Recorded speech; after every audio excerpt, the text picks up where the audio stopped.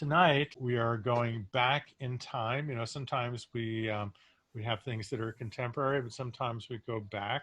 And we have a really very special person, Matt Zoller Seitz, who many of you who live in Dallas will remember wrote like incredibly great material here for a long time. Um, and as a matter of fact, one of my all-time favorite pieces of his while he was here in Dallas was on Schindler's List, which, you know, in my memory, it was like, you know, like 15 pages. It was probably only 8, but it was like the longest film review I've ever seen in my life. And for me, it was actually transformative, but because before then, I'd never thought of Spielberg as I always thought of him as a kind of a lightweight and not as a very serious filmmaker. And it really changed my opinion of who Spielberg was. So Matt, I would like to, if you don't mind, take a few minutes to talk about like what you did after you left Dallas, because you went a few places and did a few things. Oh my God. I'll try to make it as quick as possible because I don't want us to be here all night. But Yeah. basically I moved away from Dallas in 1995. I moved to New York. I started writing a pop culture column for the Star Ledger, which was Tony Soprano's newspaper. Remember him picking it up at the end of the driveway. and, uh, and I simultaneously started writing film reviews for New York Press with Godfrey Cheshire and Armand White, who were also in the section.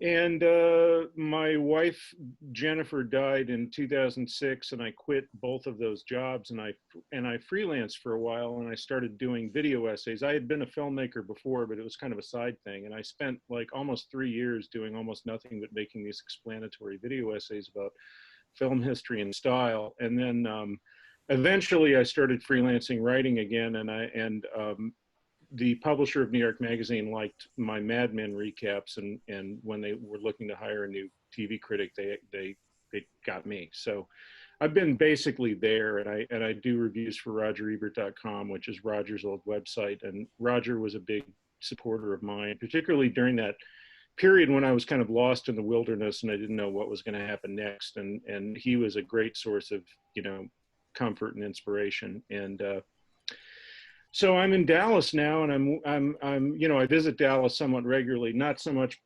recently because of COVID. Obviously, that's true for everybody, you know, in every place in the world, I guess. And but I'm here right now because my father, Dave Zoller, who's a composer and pianist who's been a fixture in the Dallas jazz scene forever, unfortunately has terminal cancer. And he said he wanted to do one last album, so we're recording it, and it's an album of his Duke Ellington arrangements. He has a band that does only Duke Ellington, Billy Strayhorn, and we're gonna record it at the Texas Theater, and we're shooting it. Bart is not only helping with the production and shooting, but also he's been like a Yoda to my Luke in this thing, and he's constantly egging me on to be like, it's funny, like the other night he's like, why isn't this in black and white? I'm like, I don't know, I thought it was too much. And he's like, why not? But that's Bart. So that's where I am right now. But when Bart said that we were doing this and did I want to join in and talk with you all about Salesman, I was like, yeah, because Salesman is one of these movies that I won't shut up about. It's one of my absolute favorite movies. And in fact, I've interviewed Albert Maysles several times, including a thing at the Museum of the Moving Image in New York, where they showed Salesman. It was specifically about that film, and I'll tell you a little bit about that later when we, you know, get to the right point. But I'm obsessed with this movie, and I love the Maysles brothers. I love that whole period of American documentary cinema, because to me, although there has been amazing work done in all kinds of different nonfiction formats, I feel like that 60s and 70s aesthetic, which was opposed to Hollywood and opposed to Hollywood narrative conventions, where the whole idea was, here are some interesting people doing an interesting thing. Let's take our camera and go talk to them. You know, like I miss that. And once in a while, when I see a documentary that has that kind of approach, I get very, very excited. And to me, Salesman is a perfect example of what I'm talking about. You're literally just riding around with these broken down, beleaguered guys as they're trying to sell Bibles, and that's it. That's it. And you're just listening to them talk about their lives and their jobs, and you're seeing, and you're also getting incidentally a picture of how brutal capitalism is. I think that's the sort of secondary subject of the movie. Yeah, I mean, I think that's very, very much key in there. And just sort of in terms of context, so this was filmed and it was in 1967, and the copyright says 1968, but it's always credited as 1969 as being released. And so just in terms of primary was 1960, which was the famous film about the primary election with JFK, which you know, Al shot like one of those most amazing shot through this wide group of people, and so the sort of direct cinema aesthetic sort of starts coming around then, and this is like 1966. So between primary, which is like near the beginning, we have What's Happening, the Beatles, um, Meet Marlon Brando, Orson Welles in Spain, Monterey Pop, and you know, and then we get to this film. So it's like there's stuff that's happened before all of this, but this seems to be a break about where things were and where things went, because it plays kind of differently than those other things do. That you really get to sort of see the characters evolve and play out. So, so Matt, why do you like this film? What is it that draws you in? Yeah, It's And well, somebody needs to that's what I'll do. Okay, good. And I'll apologize to our friends for not letting Yeah, know. and by the way, in the last email that I sent out on that thread, Okay, thank you. I muted Mark. Okay, okay. Matt. I'm sorry, what was your question? So what is it that draws you in and keeps you excited about this film? What is it? Oh, it's a lot of things, and for starters, this is something that you and I have talked about many times over the decades. Like, I think that every single person is interesting if you just listen to them, and the Maysles really believe that too, and you can tell from their movies. And every single person who passes in front of their lens, they find the essence of that person, even if they're only on screen very briefly. Like, and in this movie, you have these Bible salesmen, but you also have their customers and prospective customers, and they don't close the deal very often.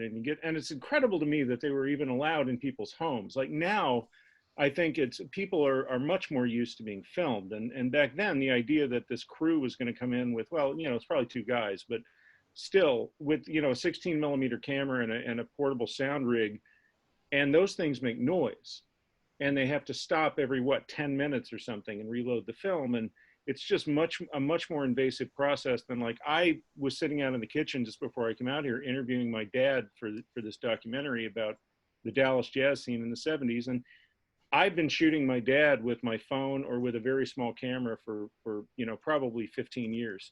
And he's used to it. He doesn't say, like, why are you filming me? Stop filming me. And most people are like that now. Like, they don't, it's not as big a deal as it used to be. But those customers come alive, and you see that their first concern is financial. They're wondering, you know, probably they already have a Bible in the house, and they're asking themselves, why should I spend money on a more elaborate, more ornate Bible when we have bills that actually have to be paid? And that's the first obstacle that these guys have to get past. And you can see, I think, the subtext on almost every exchange in this film between a salesman and a prospective sale is they are selling a thing that they know deep down is not necessary. It's not necessary. Like, you don't prove that you love Jesus by having a nicer Bible. It doesn't matter. Like, anybody who is even any kind of a Christian understands that that's not how it works. You know, I mean, I guess if you're corrupted, you might think that, but they're trying to upsell them and get, you know, what about this one? It has, you know, a better gold leaf, and then the cover of this one is embossed, and it's something so contrary to the spirit of the exercise. The very idea of a Bible salesman feels like an oxymoron to me. It's also really, and I think that comes through just in those absolutely. exchanges, like the anxiety on the part of the salesman and the prospective client. It's this rare thing where you have incredible sympathy for these salesmen and their struggle, and you get to know them. But then at the same time, in every one of those situations, it's like these people can't afford it. These people shouldn't buy this. Right. Say no. Say no. Yeah. At the same time, say yes. Say yes. It's like Exactly. you feel like both sides of this moment come alive in something that's completely unique. It's like you don't see that very often in a situation. And you know, just think about like how we buy things now. It's like, when was the last time anybody had a door-to-door salesman? You know, Yeah. and you know, the Yeah. Maysles did do door-to-door sales before they did all this stuff, so they kind of knew this universe. I think they sold vacuum cleaners or something. Um, but it's like now our relationship with buying stuff is going online, and like it shows up the next day. So this whole thing of being in this space where somebody invades your space and comes in and makes this pitch, and all these people that are doing it, it's like it literally is from a different universe. Yes. It's like Absolutely. things that we don't get um, to see anymore. One of the other things before I forget, I just want to, because you had mentioned it, watching it again, I couldn't help but notice hearing the sound of the 16 millimeter camera. Yes. And you know, it's like, I'm sure I heard it before, but I might have heard it with a 16 millimeter projector, which was so loud that you couldn't hear that. But on a good transfer, it's like that all the way through. And the grain, I saw it in a really good transfer. The HBO Max and which is the Criterion transfer, is really quite good. But it's just the seams of the film are more obvious to me now, because you just don't see those things so much anymore. Yes, that's true. You know, I want to talk about briefly a connection between this film and another one that I really love, which is the film version of Glengarry Glen Ross.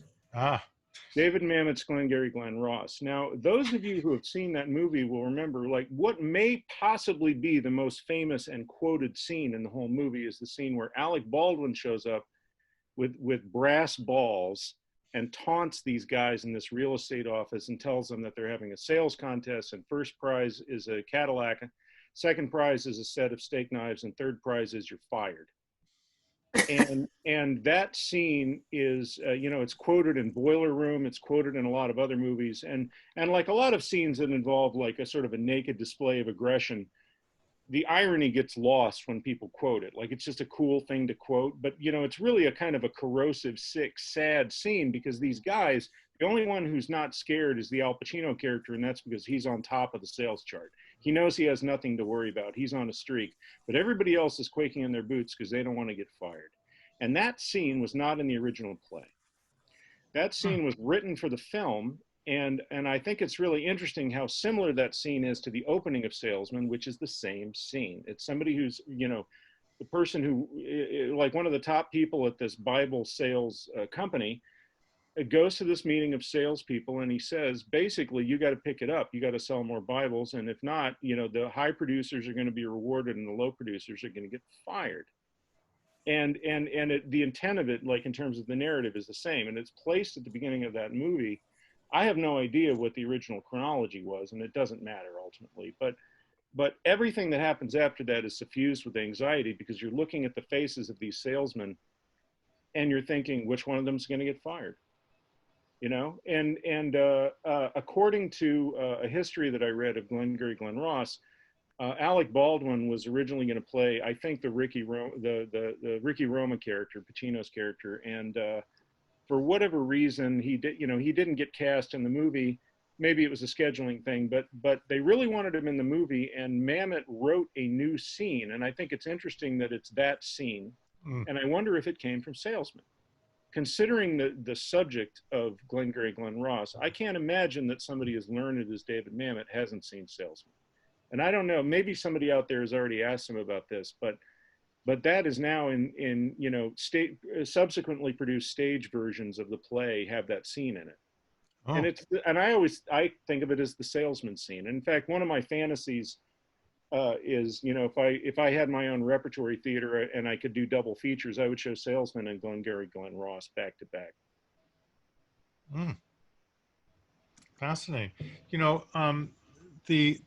that scene comes in early on, as you said, and we sort of get a sense of what's happening, and then much later in the film, it sort of comes up narratively, and I think in watching this film, you start to see a kind of evolution of modern editing style. I mean, this film did not necessarily play out in a linear time fashion, which is the way that you normally would have done things. And when thinking about the editing with this, it's like Al is present and he's a great shooter and he sees things, but I think Al, as soon as he's done shooting, is on to the next thing. He like doesn't want to go back and edit anything. But that's David and Charlotte, who were really kind of helped to do this. But I also noticed there were several times when you would have J cuts where the sound would come before the picture, which is a very modern editing technique. And in 1968, that was like pretty revolutionary. And then there's that one scene when you see Paul in the train when he's going to Chicago, and you hear what's going on in what he's going to, talking about those sales. And the juxtaposition of those two things is not just plain, here's the scene, here's the scene, here's the scene. It's a sort of evolution of the aesthetic of contemporary documentary editing you see evolving out of that. Yeah, and that is a thing that fascinates me, is like these developments in editing. Another one of my favorite movies is All That Jazz, which is part of these kind of non-linear dramas that were being made in the 60s and 70s. And there were things like, you know, Two for the Road with Audrey Hepburn and Albert Finney, and Point Blank, and The Graduate, which came out a year before Salesman was released. And before that, The Pawnbroker, starring Rod Steiger. And in Ralph Rosenblum's book about editing, when the shooting stops, the cutting begins. A book that many people need to read. It's a great book, and it's really like, you don't need to know anything about editing or film history to enjoy this book, because it's about how a piece of raw material gets shaped into the finished piece of art that you know. And you learn about what was put in and what was left out and how things were arranged and what the purpose of it was. It's really, really interesting. But he talked about the editing of The Pawnbroker and how it's a story of a Holocaust survivor who has a pawn shop in Harlem, and they're drawing associations between European Jews in the ghetto under the Nazis and Black Americans in the 1960s in major cities. So this is pretty hardcore for a Hollywood production. And to get across the idea of flashbacks, they originally had traditionally written flashbacks, and what they did in the editing was they cut them to ribbons and they just kept pieces of them and they flash cut them. And they got that, and Rosenblum said he got that from Hiroshima Mon Amour, which had come out 5 years earlier. And I love to see like the application of those techniques, and that thing you're talking about, that idea where you think it's voiceover, but it's actually dialogue from a scene that you haven't officially entered yet. And it appears on screen while you're looking at somebody else, and you're hearing these things and you're thinking, is that their thoughts? Is that a conversation they're remembering? And then they cut into the scene that's already in progress. And Graduate does that a ton. That's a great example from a similar period. And I think what that does is it adds an element of almost like a subjectivity or almost a rhetorical framework to this thing that is really just a pretty straightforward story of guys trying to sell X number of Bibles so they don't get fired. Like, I think that's where the idea that, and all of the Maysles films have an element of sociological observation or critique built into them, but it happens in the editing. Like like that thing you were saying, Bart, that's the gist of it, is like and that's why I love these kinds of movies, because they have ideas in them and there are arguments that are made, but they are subtle enough and they're made through the editing and the juxtaposition of shots, so that you don't have a person sitting there in a chair talking about how capitalism grinds you down. You don't need that, because you can see like a guy in the train thinking about the meeting where he was told that if he doesn't sell a certain number of Bibles, he's going to lose his job. Yeah, and it's interesting that shot. He's like, it's dark. It's like you can see the world behind you. It's a really beautiful, beautiful shot. It's And my of favorite course- shot in the whole movie. And also, you know, along those lines, you were talking about the jump cuts. I had a great moment. I interviewed, I can't call him Al. He's, you know, he's like, he was close to you, but like to me, I just had like probably 7 or 8 conversations with him over the years.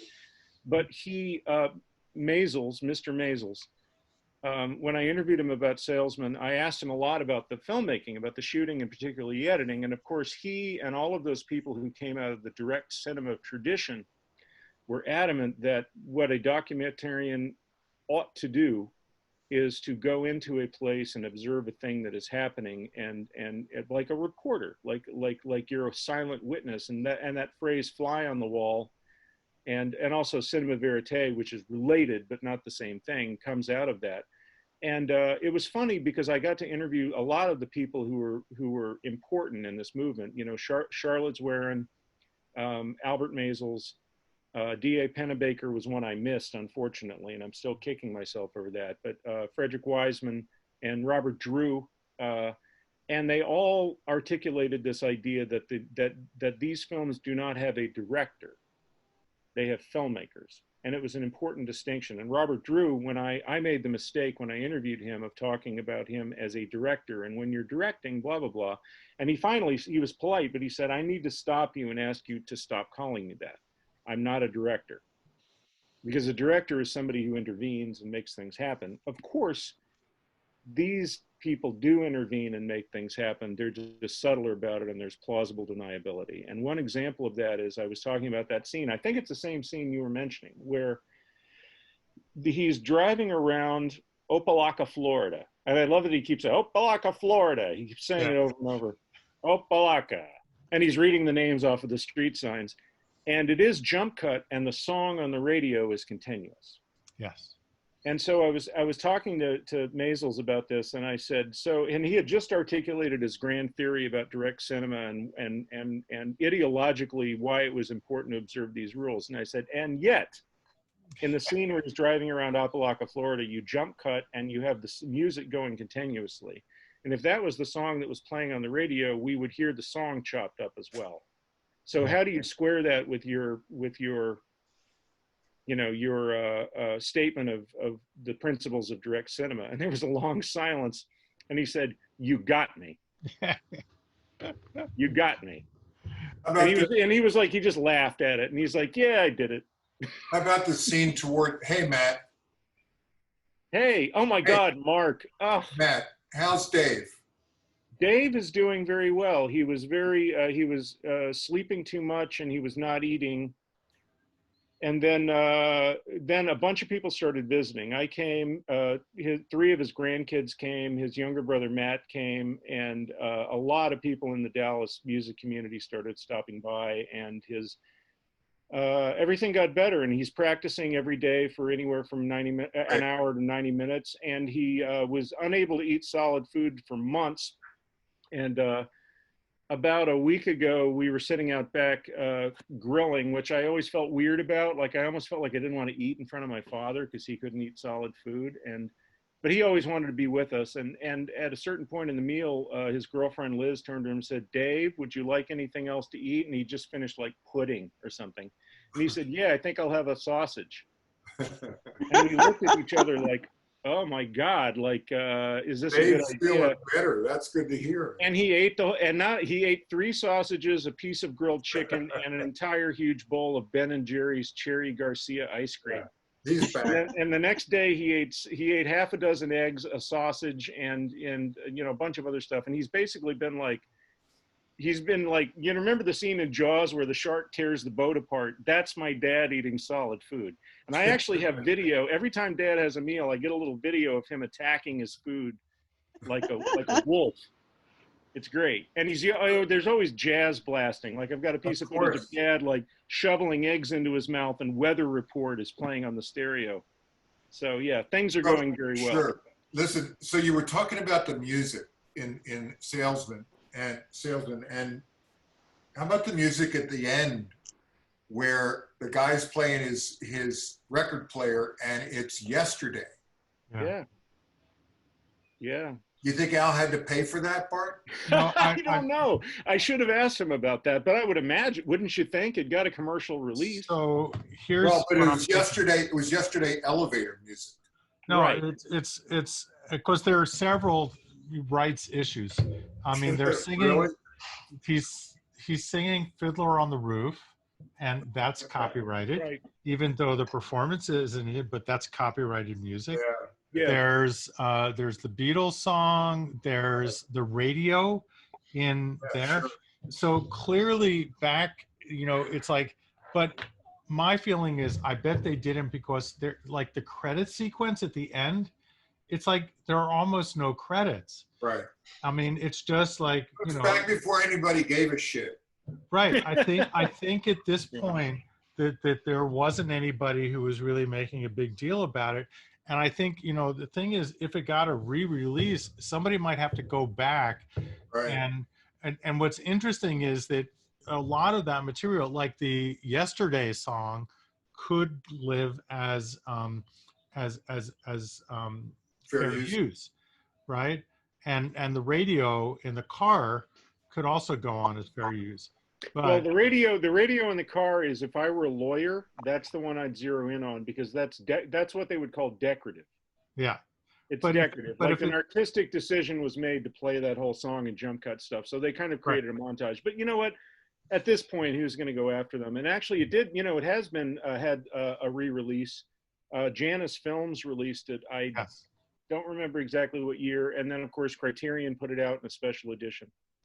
So let me tell you a story about that. So we had Al come many years ago. I think it was like when DVDs were just started, when it was re-released. And I had a 16 print at the Angelica, and I had the DVD. And I said, Al, let me play both of these for you. Tell me which one you want to show. And I played, and he went for the DVD.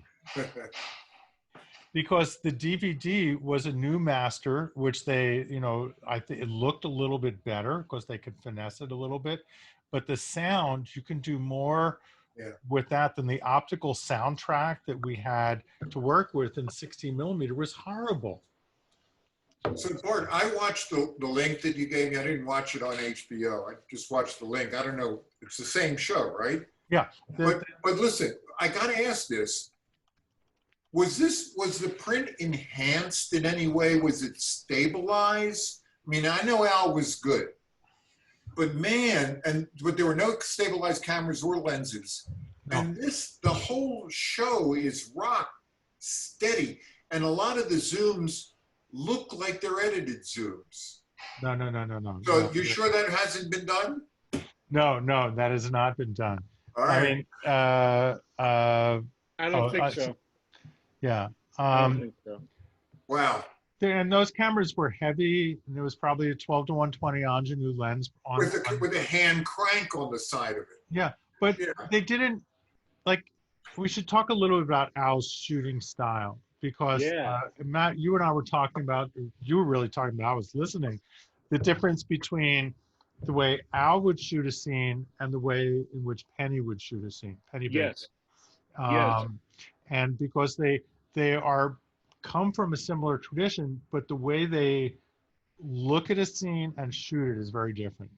You want to Yes. talk about that, Professor? Yeah, I think like I'm a student of camera style. That's like one of the geeky things that I'm into. And what I notice about the big difference between Maysles and D.A. Pennebaker is Maysles looks for the right shot and he stays on it, and he doesn't move unless he has to. I mean, there's this false perception of direct cinema and handheld camera work generally as being like you're whipping around all the time. And some people do that. And I think there is sort of a cliche, sort of heightened chaotic version of that that's meant to stimulate excitement artificially in the viewer.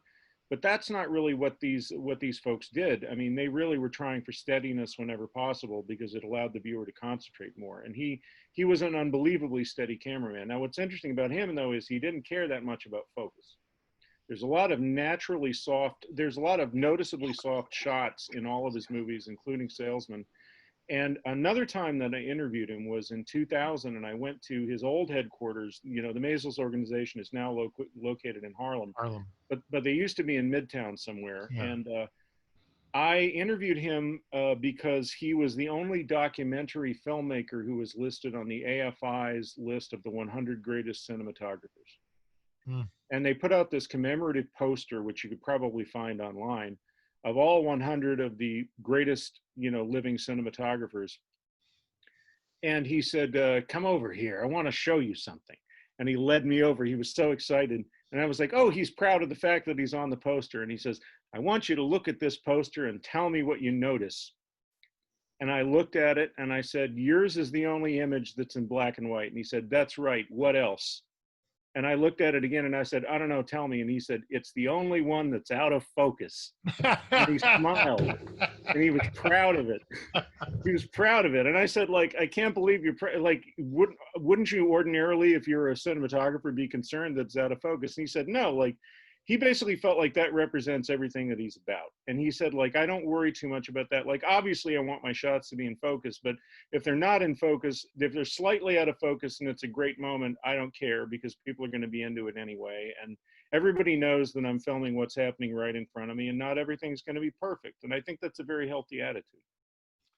So in terms of the photography is, in this film, there are so many scenes that have a really tight close-up that is very, very evocative and powerful. And then he lets you sit on that close-up for a while. Yes. And that's a very bold choice. And often it's a person who's listening. Yeah. Yeah, and it helps you get into what they're thinking. I mean, the real sense is, as this goes on, we have empathy for all the people in the frame, even the little kids who are, playing with their toys or wearing pajamas. It's really fascinating what all the people are wearing. Yes. I imagine the woman whose like hair is in curlers, it's like 10 years from now, it's like she's remembered as the woman who it was in curlers. And it's like now, if a film crew knocked on your door, you would say, "Oh, got to change." Exactly. They were just not sophisticated. I mean, how many times? I mean, every time they come up to a door, in the back of my head, I'm thinking, so what are they saying to let them come in? These two people with this strange-looking gear, because people didn't know what that was. I wish that we could see the outtakes. I wish we could see the part before they get in the house, because I think that's interesting too. It's like, so it takes enough, like now here's what I think. I think these guys were actually exceptional salesmen. They were just in the wrong profession. Because anybody who can talk a complete stranger into allowing a film crew in their home in 1967 is a good salesman. Yeah. They're just not good at selling Bibles. But the premise, the thing that brought these people to their door was the church. Yeah. They'd been sent by the church. Right. That's why I'm here. It's the church. Monsignor sent me. Right. I think this is more of an observation, but some insight maybe into how they got into the homes. I've spent too many hours watching the Prelinger archives, their industrial and ephemeral films. Oh, great. And there's a very performative quality to how everything is filmed and presented throughout the 50s, 60s, and 70s. And even the family films, which you can find on various archives on there as well, there's as if the occasion of being filmed is a rare thing in the same way that being photographed in the early 20th century is a rare thing. So there's this level of performance that the individuals encountering the camera, I think, are drawn to. And I don't know that they really had to do that much convincing to get into the house with the cameras. I think you bring the camera and it's, oh, geez, there's a camera here. Okay, yeah, come Yeah, on it's in, like because it's you like a don't say no to portrait. a camera because this doesn't happen very often. Right. But It's like then, getting your portrait Sean, taken officially. Having that big camera on your shoulder was an entree. It was an entree to music. It was an entree to women. It was an entree to parties, events. People just didn't ask questions. The cameras now are way too small, and they don't have that gravitas that used to get you in so Mark, anymore. did you Because ever now have everybody's got one. did you ever have sex because you had a camera on there and somebody was impressed? Didn't you, Bart? That did. No, I've never used it in that way. I never thought of the power of media in that kind of way. I think we're vastly overestimating the charisma of film nerds. But first of all, thank baby. you, Sean, for mentioning the Prelinger archives. And some of those films are really, I mean, if you want to, you know, now that we're in lockdown, you can spend a week looking at, you know, some of the great industrial films. What was that one, A Meal with Your Family? Like, I mean, do they tell you like how you're supposed to treat your family at dinner? And there's this incredible thing. A date with your family. Date with your family, right? And I think MST3K spoofed that one. there's this Yeah, they line did. that says, "Talk to your father as if you were actually interested in what he had to say." And it's Um, it's If I an can just amazing. add one more thing about the Prelinger archives.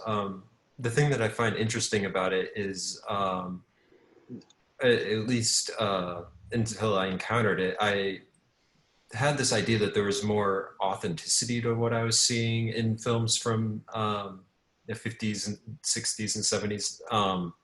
Not necessarily like produced films, movies, but documentary films, that sort of thing. Now you just assume that that there's this performative level to everything. But in going through the archive, you see that there's that level of performance is always there from the very beginning. It is.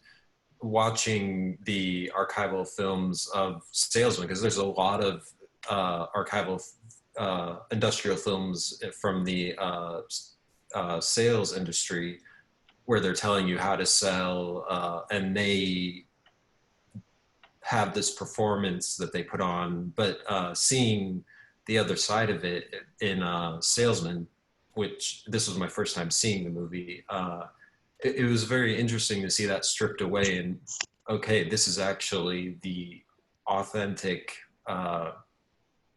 experience of being a salesman that I was looking for, and it just really illuminates how, to use the word for the 30th time, just how performative a lot of stuff was in the filmed stuff was in the 50s and 60s, when I incorrectly assumed, because it was so long ago and being filmed incidentally or in a documentary was a rare occasion, that, you know, people were more authentic and they didn't know how to be performative for a film because they hadn't been filmed yet, but it was there from the beginning. Yeah, that's true. And also related to that, one thing that I keep stumbling upon, you know, as I read about different eras of history and film, is that the way that people talk and the way that they comport themselves on camera is strongly influenced by however they have seen people behaving at that time on camera. And I think a lot of if you go back and look at, you know, those kinds of films are also newsreels, older newsreels, the kind that were shown in theaters, and television news footage made in the middle part of the century, like until roughly, I would say from the 50s through maybe the mid to late 80s. You see that witnesses on the street, when they're asked, you know, they're standing in front of a building that just burned down, and the reporter will say, "I'm here with so-and-so from such and such a neighborhood. Can you tell me what happened?" And it's like, yes, you know, two men came in a car, and one of them threw a Molotov cocktail through that window over there, and blah, blah, blah. And it's very it's very clipped. It's very kind of almost formal, like they're giving an official statement. And that's just the way that I think they absorbed the language. And I think they know that, and they may not talk like that at all when the camera's not on them. And similarly, when I was working on the Sopranos book, some of the reading I did was about how gangsters talk. And gangsters, there was a period after The Godfather came out when FBI and Treasury people who were eavesdropping on the mafia said that they started to sound like Godfather characters. Like they started to sound like they just got off the boat and had learned English fairly recently. And, I'm here on the day of your daughter's wedding, let me not offend you, Don Corleone. And it's like, that's not how they talked until The Godfather came out. So The Godfather started to influence the way actual gangsters talk.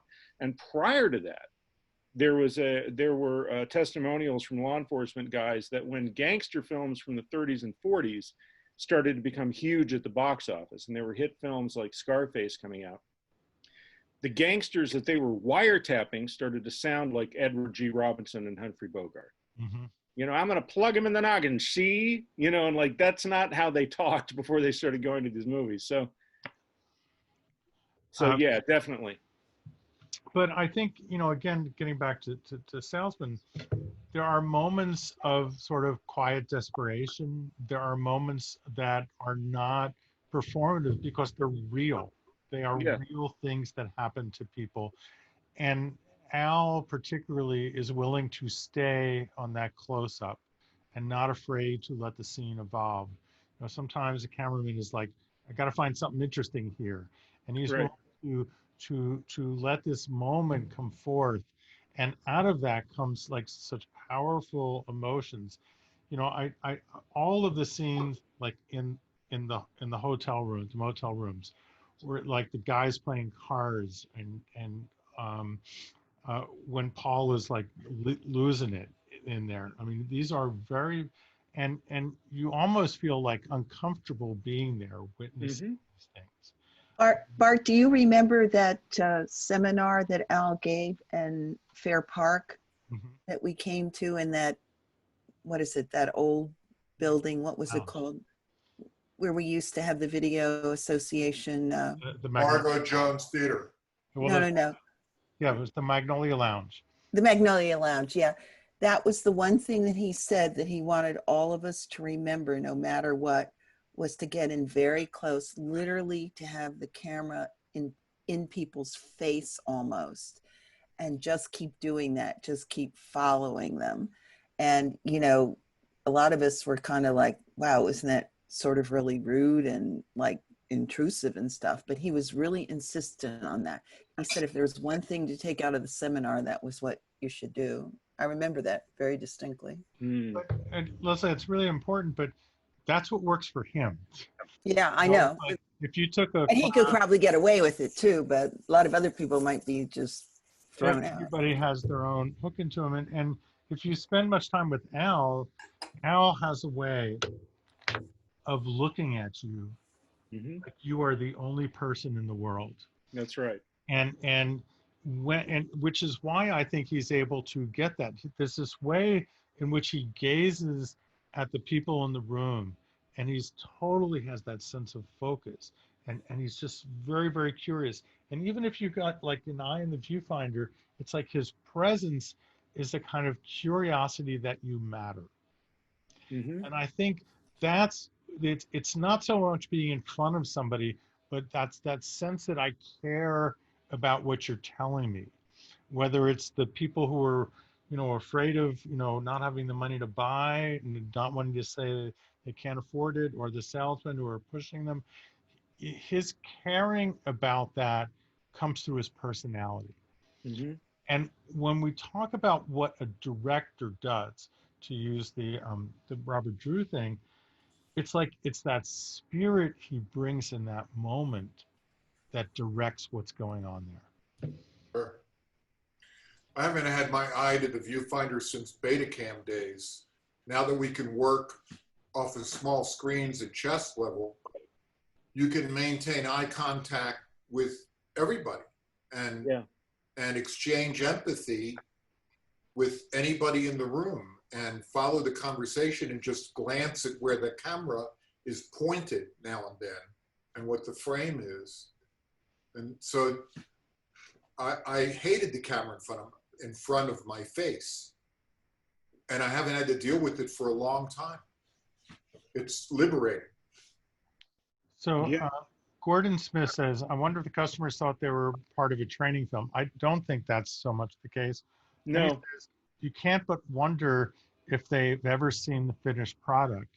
And I don't know the story about that, but I'd be really kind of curious what these people, you know, what their kids or their grandkids would think looking back at this film at that time, of them like being in, you know, in that room with somebody trying to sell them. And, you know, God knows what happened to Paul after this, you know. It's like, you know, what did he choose to do in his life, you know? You're talking about close-ups, that close-up with Paul, and it was toward the end of the film, and the woman who would not decide, you knew she was going to say no. Yeah. But that close-up lasted and lasted and lasted, and you knew she was going to say no, and then she said no, and that was hard. Mm. That's I almost wanted to go back for a second, Bart, to, you know, something we were talking about earlier, like the difference in camera style between D.A. Pennebaker and Albert Maysles. I think you put your finger on what I think is the key of it, which is in the Maysles films, they are about the people in the situation. And I think Pennebaker, and this is not a slam, it's just a different approach, is about the situation. It's often about the process or the machinery or the operation of this big kind of social contraption that these people are involved in. And that's not to say that there aren't great characters in Right. in Pennebaker and Chris Hedges, did you say? Hedges? Yeah. In their movies, you know, either, but it's different. And I think that's reflected in Pennebaker's camera style, because Pennebaker, if he's shooting, like I just watched his documentary about the recording of the original cast album of Company for like the 38th time or something. And one of the things that's so remarkable about that is you are in a recording studio with all of these singers and all of these musicians and Stephen Sondheim and Hal Prince and engineers and everything. And as the movie goes along, they give you a sense of what the contributions are of each individual person in that room. And there's a part where they're singing, they're performing the opening medley, you know, Bobby, come on over for dinner, and that one. And they start by showing you the vocalists. And they're all gathered around these mics, and you're hearing them singing as a group. But then they cut to the musicians, and different sections, like the brass, the woodwinds, the strings, the percussion, are isolated in sound booths. So when you're in the camera with them, you're just hearing, you know, like when you're watching a trumpeter, you're hearing ba-da, ba-da, ba-da, ba-da, ba-da, ba-da, ba-da, ba-da, and you're not hearing any other part of it. And it makes you think about the contribution of the trumpeter to that one piece of music that you've listened to all those times. And you may have never thought about the trumpeter until that point. And so it's almost like, and Pennebaker, when he's searching a group of people, he'll focus on one person, then he'll focus on another, and he might see somebody in the back of the room who's doing something interesting, and he'll zoom in on them and focus on them. And I feel like, and I never got to talk to him, sadly, but my theory about him was he wanted to be everywhere at once. He wanted to give you the total picture of a situation, whereas Maysles was comfortable to just sit with one person. And Wiseman, that one person represent everything. Wiseman was like Pennebaker, right? No B-roll, no cutaways, just Well, let it. Wiseman was not a shooter, Right. And Wiseman is really. But his visual style. Yeah, he's not a visual stylist, and he's, you know, it's like Wiseman thinks about the structure of what's going on, like how is society imposing its will on these people, and so that's kind of infuses those moments. The other thing about Pennebaker is that he was much more of a tinkerer with the equipment. You know, it's like we have sync sound recorders because he like put these little things in there and kind of tweaked them together. Al, I don't think was like a tech guy. I think he's a human guy. And I Yeah. think that they think about how they bring themselves to the work a little bit differently. And I think those are all like incredible points. Okay, there's another thing I wanted to say. In watching the film again, and didn't pick this up the first many times I've watched it, it seems to me that Paul looks a little bit like Al looked during those years. Huh. Talks a little bit like Al. I think that he connected in a very deep way with Paul, in a way that he did not with the rest of the crew. Interesting. And it just like there was some kind of a psychic connection. And the other thing about Paul is he would always, like, when he was by himself, he would say really snitty things about all these people, about their ethnic backgrounds. And it was like, and that's the kind of stuff that normally you don't get to know. It's like Al got beyond the mask of these people to who they really are. Mm-hmm. And that comes by being there and having that kind of presence. All right, let me see if there's anything else I wanted to say. I took some notes. Abstain political correctness. Oh, there's so many times I talked about the being able to like hear the sound, but in some scenes there's like cans of film on the floor. Like by the door, and there's like the sort of presence of like the filmmaking process and how grainy the images are. And that's black and white film. It's not very fine grain. It's 1966, the 67. The film technology wasn't that great, and so it's grainy, but it kind of works really nicely. I think it's really kind of interesting. It's also the kind of curious in a whole different way. The difference between when they start out in, I think it's in Massachusetts, someplace, Boston, where it's cold and snowy and they're like really in a bad mood and people aren't buying. And then they go to the South. Yeah. Where it's warm and they got short sleeves on and they go, that scene where they jump in and go into the pool. Yeah. They like to follow him from the hotel room into the pool. And at least he didn't jump in the pool with them, but Yeah. I mean, it's kind of an amazing little moment. But these two completely different universes, and they're doing basically the same thing and struggling in the same kind of way, except they don't have to fight the snow. But they don't connect with the people in the South in the same way. You can tell that there's a slight edginess and that they come from a different. Culturally, there's not the Venn diagram is not overlapping as much as it should. Yeah. What other things we have? We got 7 minutes left. Is there anything else you want to say? Do we have any questions from anybody out there? I would have loved to. Manny here. How you doing? Hey, Manny. Manny. Hey, Matt. Hey, man. So since it's toward the end, maybe this is a good question, which is, what do you think is the lasting influence of Salesman and the Maysles style? Or is it not? Because interestingly, it's been a while now. I showed Salesman to somebody or tried to, and it was too boring for them. They couldn't, it moved too deliberately. At the same time, I feel like movies today, people have been watching movies so long that we can absorb a lot more information than we used to be able to, and even in slower movies. So I'm just wondering, where do we see the Maysles fingerprints on film today? We see them in fiction.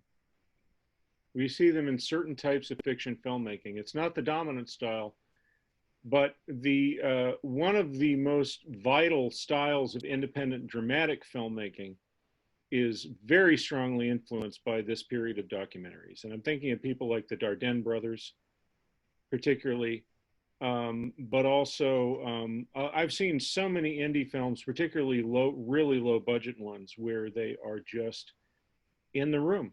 They're just in the room, things are happening, and they're shooting them. And you might get a nice shot here and there, but that's not really the point of it.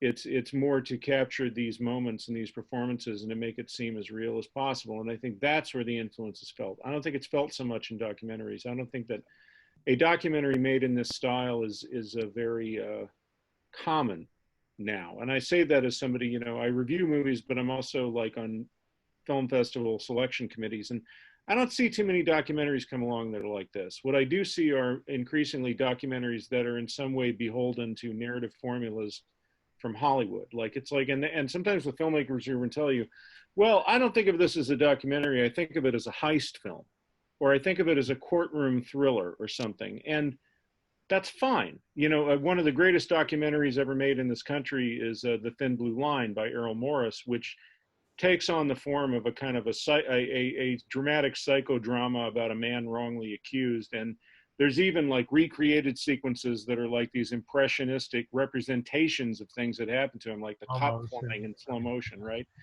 That's fine. But I'm just saying this particular way of making a documentary is very pure and very simple, not practiced as often as I think it should. But to your point about attention span, Manny, what I have had these discussions with my own students. What I tell them is, it's not that this way of making a documentary has been outmoded. It's that your brain has been rewired by technology to not want to like look at that person's face as they're thinking, and to be in a moment and not be thinking what's in the next moment. What about movies like Roma? Maybe that's not a great example, but certain kind of art films that have gotten a fairly wide audience, yet moved pretty deliberately. I think they have elements of that. And I think, in fact, you know, some of those movies, I don't know if they quite fit, because a lot of times they are letting one shot go as long as they can, but sometimes it's a crazy elaborate Steadicam shot that's digitally stitched together. And that's not the kind of thing that I think either of us are talking about. But I just think I think that, you know, one thing the pandemic has done, the only good thing this pandemic has done is it has forced me to sit with my thoughts and think about what I value and think about how I think and whether my attention span is what I want it to be. And it isn't. And I've started reading novels again. I've started sitting and watching entire feature films without stopping them, which I know, you know, like that's the purest way to watch a feature film, is to watch the whole thing all the way through, as if you're in a theater, and not get distracted by your phone or your, you know, your kids or your parents or your pets or whatever. And just to kind of meditate a bit and like, and that, I think that's something that these movies are good for, is to sort of take your brain and force it into this 20th century shape and let you see things differently. Matt, have you seen Hale County this evening? No, no, I haven't, but it's been recommended to me. Oh man. Oh, I'm gonna have to go soon. We're actually about to eat dinner. Bart showed us that film a couple of weeks ago. It's really worth watching. Talk about deliberate. It's fantastic.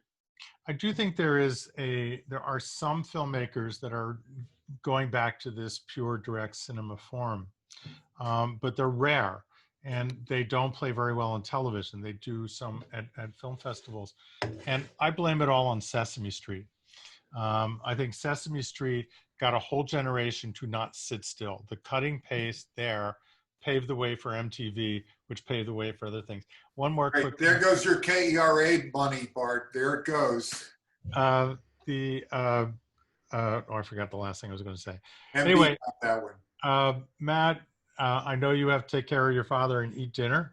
Did you see my dad come in to get his phone? No. Oh, I turned the laptop around. I don't know if I got it, but yeah. That was why I muted myself for a second. He's like, I need my phone. Hey Matt, ask him if he remembers Bill Tannenbrink, Vibe player. I will. I'm sure he does. Yeah. Anyway, thank you very much. Thank you so much, Matt. This is really wonderful. It's just wonderful to hear your big brain talking about film, and it's your excitement about it. I think it's just really wonderful. And for those of you who this is your first time doing this, we do this every Thursday night at 7:30, and we talk about a film, and this was just really wonderful.